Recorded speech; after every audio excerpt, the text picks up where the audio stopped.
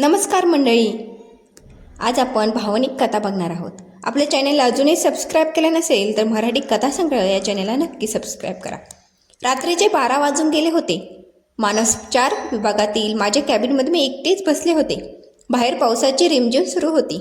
भिंतीवरील घड्याळाचा टिकटिक आवाज त्या शांततेला अधिक गडद करत होता.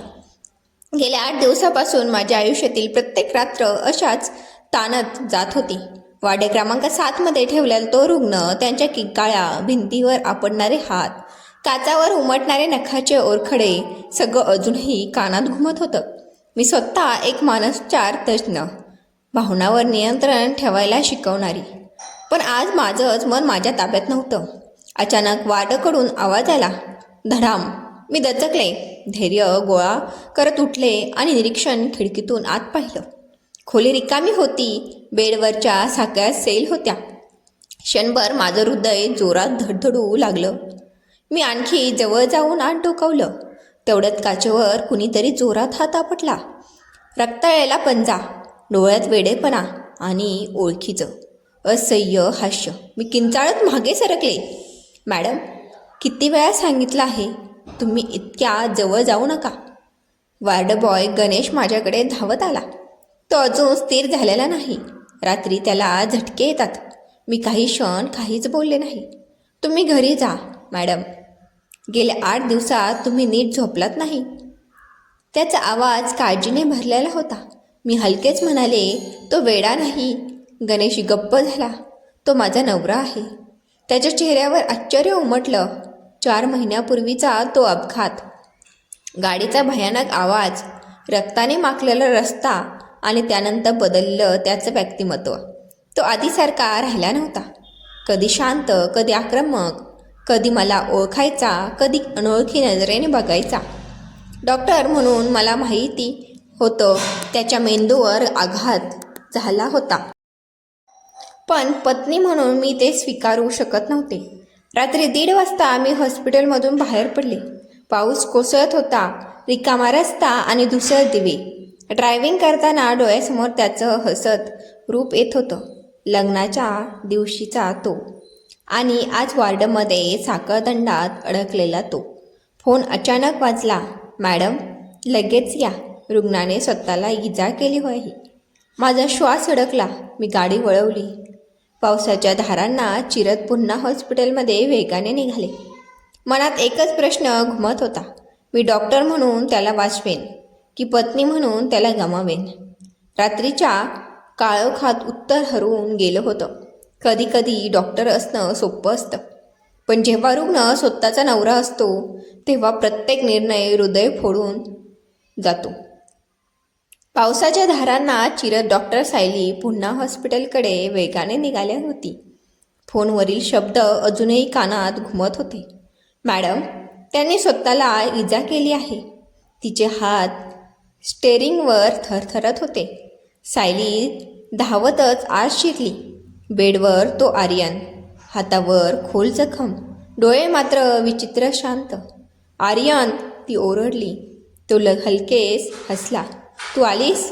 मला माहीत होतं तू येशील. सायलीचा श्वास अडकला. हे तू का केलंस? तो शांत स्वरात म्हणाला. कारण मला इथे राहायचं नाही. सायलीने त्याच्यावर उपचार सुरू ठेवले. पण तिच्या लक्षात आलं, जखम जाणीवपूर्वक खोल नव्हती. तो स्वतःला मारू इच्छित नव्हता. तो काहीतरी सिद्ध करू पाहत होता. रात्री उशिरा सगळे निघून गेल्यावर आर्यन कुजबुजला. सायली, अपघात नव्हता तो. ती थितली. काय म्हणतोस? त्या दिवशी ब्रेक फेल झाले नव्हते. कुणीतरी छेडछाड केली होती. सायलीच्या डोक्यात विचारांचा भडीमार झाला. अपघातानंतर आर्यनच वागणं बदललं होतं. पण काही गोष्टी तिच्या लक्षात येत नव्हत्या. तो काही विशिष्ट लोकांची नावं घेत होत असे. काही कागदपत्र गायब झाली होती आणि अपघातानंतर लगेच त्याला मानसिक रुग्ण घोषित करण्यात आलं होतं. योगायोग की कट. सायलीने जुनं CCTV फुटेज तपासायला सुरुवात केली. अपघाताच्या आदल्या रात्री एक ओळखीचा चेहरा गाडीजवळ दिसत होता. हॉस्पिटलचा वरिष्ठ प्रशासकीय अधिकारी देशमुख. सायलीला धक्का बसला. सायलीने शांतपणे तपास सुरू ठेवला. आर्यन एका मोठ्या मेडिकल घोटाळ्याचा पर्दाफाश करणार होता. देशमुख आणि काही डॉक्टर बनावट औषध पुरवत होते. आर्यनला सत्य कळलं होतं. अपघात म्हणजे प्रयत्न होता त्याला कायमचं गप्प करण्याचा, पण तो वाचला. मग त्याला मेंटली अनस्टेबल ठरवून सगळं दाबून टाकलं गेलं. रात्री 11:30 सायली देशमुखाच्या केबिनमध्ये शिरली. तुम्ही त्याच्या गाडीशी छेडछाड केली होती. देशमुख हसला. पुरावा आहे. सायली शांतपणे पेन ड्राईव्ह टेबलावर ठेवते. CCTV फुटेज आणि औषधाच्या फाईल्स. देशमुखाच्या चेहऱ्यावरचा रंग उडाला. अचानक हॉस्पिटलचा वीजपुरवठा खंडित झाला. कॉरिडॉरमध्ये अंधार, कुणाच्या तरी पावलाचे आवाज. सायली धावत वार्डामध्ये गेली. बेड रिकामा, आर्यन गायब. तिचा श्वास अडकला. अचानक मागून आवाज, मी इथे आहे. आर्यन उभा होता. डोळ्यात वेडेपणा नव्हता, निर्णय होता. मी वेडा नव्हतो सायली, मी नाटक करत होतो. त्यांना वाटावं की मला काही आठवत नाही. सायलीच्या डोळ्यात पाणी आलं. पोलीस आले. देशमुख अटक. आर्यनची निर्दोषता सिद्ध झाली. काही महिन्यांनी सायली आणि आर्यन पुन्हा समुद्रकिनारी उभे. सायली म्हणाली, मी डॉक्टर म्हणून हरत होते, पण पत्नी म्हणून जिंकले. आर्यन हसला. आणि मी वेडा नव्हतो, फक्त सावलेच्या पलीकडे अडकलो होतो. कॅमेरा हळूहळू आकाशाकडे झूम. देशमुख अटकेत होता. हॉस्पिटलमध्ये सर्व काही पूर्ववत झाल्यासारखं वाटत होतं. आर्यन आता हळूहळू सामान्य आयुष्यात परत येत होता. सायलीने त्याला डिस्चार्ज दिला, पण तिच्या मनात एक प्रश्न सतत घुमत होता. इतका मोठा मेडिकल घोटाळा एकट्या देशमुखने? एका रात्री सायलीच्या मोबाईलवर अनोळखी नंबरवरून कॉल आला. तुम्हाला वाटतं खेळ संपला? सायलीचा श्वास अडकला. कोण बोलतंय? समोरून मंद हसू. देशमुख फक्त प्यादा होता. Phone cut. सायलीच्या अंगावर काटा आला. दुसऱ्या दिवशी हॉस्पिटलमध्ये तिच्या टेबलाजवळ एक लिफाफा सापडला. आत काही पोटेज, औषधाच्या बनावट पॅचेस आणि एका मोठ्या फार्मा कंपनीचं नाव, आरोग्यम लाईफ केअर. सायली थितली.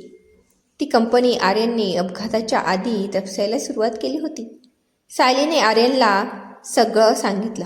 आर्यन गंभीर झाला. त्या कंपनीचा मालक विक्रम सावंत. सायलीचे डोळे मोठे झाले. विक्रम? तो माझ्या मेडिकल कॉलेजचा सिनियर. आर्यन शांतपणे म्हणाला. आणि देशमुखांचा जवळचा मित्र. सायलीने विक्रमची गुप्त चौकशी सुरू केली. एका संध्याकाळी ती त्याच्या ऑफिसमधून बाहेर पडत होती.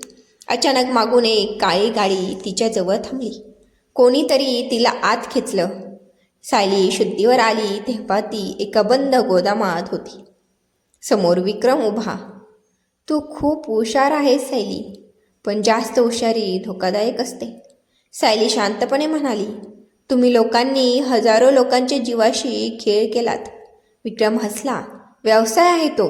अचानक गोदामाचे दरवाजे उघडले. पोलीस आत घुसले. विक्रम चकित. दरवाज्यात आर्यन उभा होता. सायलीच्या डोळ्यात आश्चर्य. आर्यन म्हणाला, तू मला वेडा समजत होतीस, पण मी आधीच तयारी केली होती. त्याने अपघातानंतर गुपचूप पुरावे जमा केले होते. देशमुख अटक होणं हा फक्त पहिला टप्पा होता. विक्रम आणि त्याच्या टोळीला अटक झाली. मीडिया बाहेर. सायली कॅमेऱ्यासमोर म्हणाली, मानसिक आजार हा गुन्हा नाही, पण गुन्हा लपवण्यासाठी कोणाला वेडा ठरवणं हा खरा अपराध आहे. काही महिन्यांनी सायली आणि आर्यन नवीन शहरात. लहानसं क्लिनिक सुरू. बोर्डवर लिहिलेलं सावल्या संपतात जेव्हा कोणीतरी प्रकाश बनतं. आर्यन हसत म्हणाला, आता खरंच नवीन सुरुवात. सायली शांतपणे उत्तरली, हो, पण यावेळी कोणतीही सावली आपल्या मागे येणार नाही. कॅमेरा हळूहळू दूर जातो. कथा आवडली असल्यास मराठी कथासंग्रह या चॅनेलला सबस्क्राईब करा. कथा वाचल्याबद्दल, ऐकल्याबद्दल मनापासून धन्यवाद. लाईक करा, कमेंट करा, शेअर करा. धन्यवाद.